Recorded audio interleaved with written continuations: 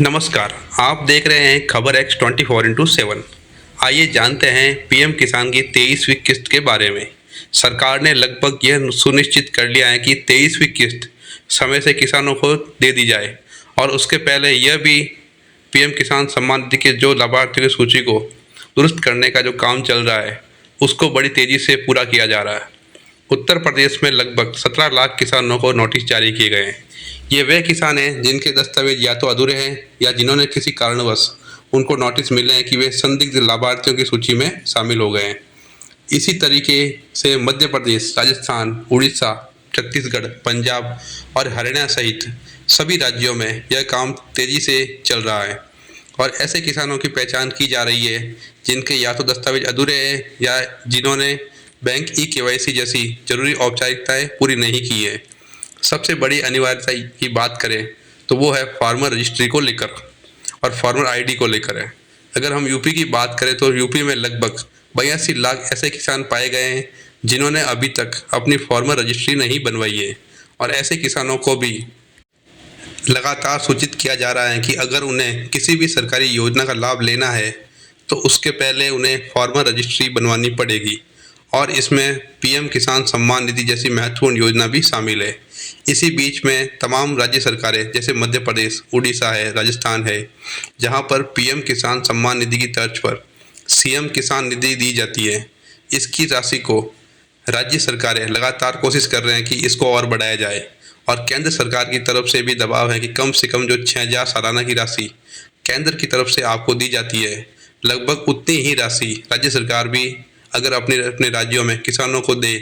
तो इससे लघु एवं सीमांत जो किसान हैं उनको बड़ी मदद मिलेगी। और अगर ऐसा होता है तो 1,000 रुपये प्रति माह की दर से छोटे किसानों को सरकारों की तरफ से, उसमें केंद्र और राज्य दोनों शामिल है, एक वित्तीय सहायता के तौर पर बड़ी राशि मिल सकती है।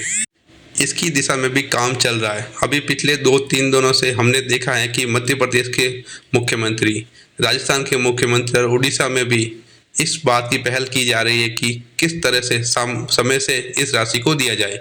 और ना केवल समय से बल्कि पीएम सम्मान किसान निधि की राशि जब दी जाती है उसके साथ ही इस राशि को सीएम किसान निधि की राशि को भी किसानों को बांट दिया जाए, क्योंकि राजस्थान और मध्य प्रदेश में अभी ये डिले चल रही है। तो ऐसे में हम यह कह सकते हैं कि पीएम सम्मान किसान निधि की जो जून के पहले सप्ताह या मई के अंतिम सप्ताह में 23वीं किस्त आने की उम्मीद है। तो राज्य सरकारें जो सीएम किसान सम्मान निधि किसानों को देती है वे भी लगातार इस बात की कोशिश कर रहे हैं कि 23वीं किस्त के साथ ही जो सीएम किसान वाली किस्त है उसको भी राज्य सरकारों के द्वारा दी जा रही है, उसको भी वितरित कर दिया जाए। तो राज्यों की तरफ से और केंद्र सरकार की तरफ से लगातार इस बात के लिए प्रयास किए जा रहे हैं कि जो लाभार्थियों की सूची के फिल्ट्रेशन का काम है उसको जल्द से जल्द पूरा कर लिया जाए। इसी दिशा में हम देख रहे हैं कि हर राज्य में किसानों को नोटिस दिए जा रहे हैं। यह वे किसान हैं जिनके दस्तावेज अभी भी पूरे नहीं हुए हैं, तो किसानों से भी यह लगातार अपील की जा रही है कि वे अपने इन दस्तावेजों को समय पर पूरा कर लेवे। उनमें जैसे बैंक की ई-केवाईसी करवाना, यह एक बहुत ज़रूरी काम है। आधार को अपने बैंक खाते से लिंक करना और इसके अलावा फार्मर रजिस्ट्री का जो काम है उसको भी कंप्लीट करना और उससे जुड़े जो दस्तावेज हैं उनको वेबसाइट पर अपलोड करना।